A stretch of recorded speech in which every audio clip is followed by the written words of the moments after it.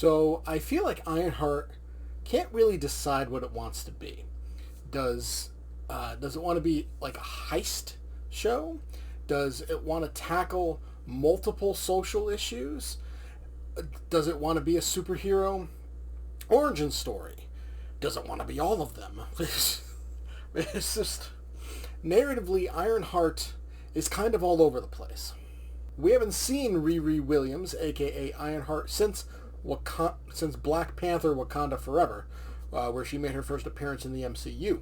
And honestly, I kind of forgot about her until this show popped up on Disney Plus, because that's something the MCU is really having trouble with, is that they introduce a character, but then that character just disappears, and it's like, okay, what?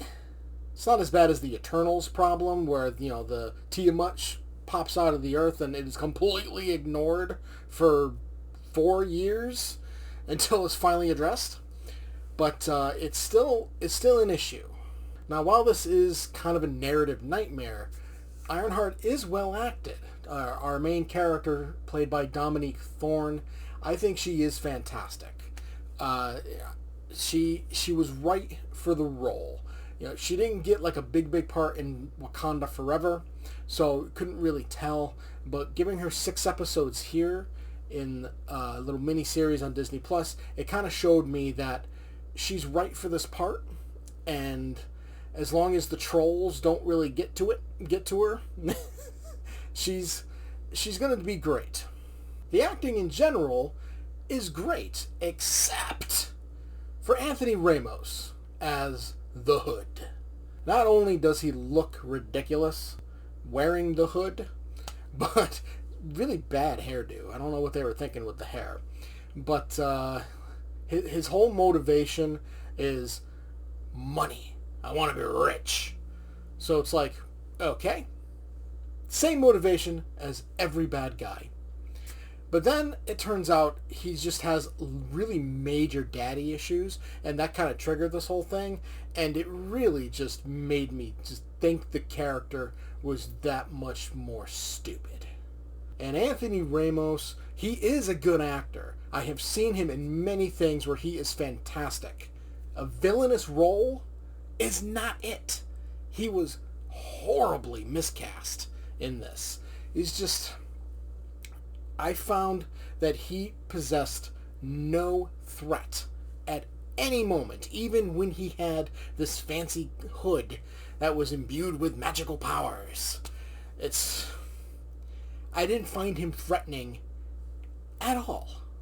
And then there's Alden Ehrenreich, which I can never pronounce. He played Han Solo in the Solo movie.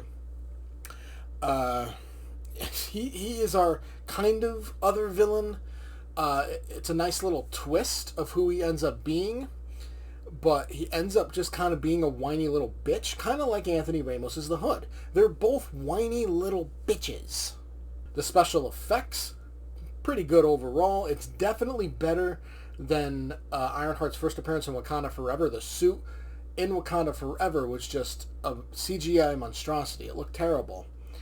Here looks much, much better. At least the first 2 suits. The third suit is kind of but the first 2, fantastic. I feel like they ran out of budget, or maybe Sacha Baron Cohen showing up in the final episode got, wasted the rest of the budget, so they were like, shit, what are we going to do? And Baron Cohen showing up isn't entirely a spoiler, because he was confirmed as a member of the cast. I won't say who he is, but MCU fans pretty much manifested who he became. And in his 1 episode, he is fantastic. He absolutely kills it. We even got a tiny little sneak peek of his true form, which was cool. So, Ironheart, I mean, it's not great, but it's not necessarily bad. I don't think it deserves the hate that it's getting, but something I've noticed recently with the MCU is pretty much anything that is led by a person of color or a member of the LGBTQ plus community or a woman, it gets review bombed. So it's like, you're really giving fans a bad name here. Just don't judge it because it's being led by a woman. Don't judge it because it's being led by a woman of color. Judge it by its own merit. If you watch it and you hate it, then you hate it. If you watch it and you love it, then you love it. Don't judge something just based on who the central characters are. So, Ironheart, narratively, not great. The acting, pretty good overall, except for our two villains.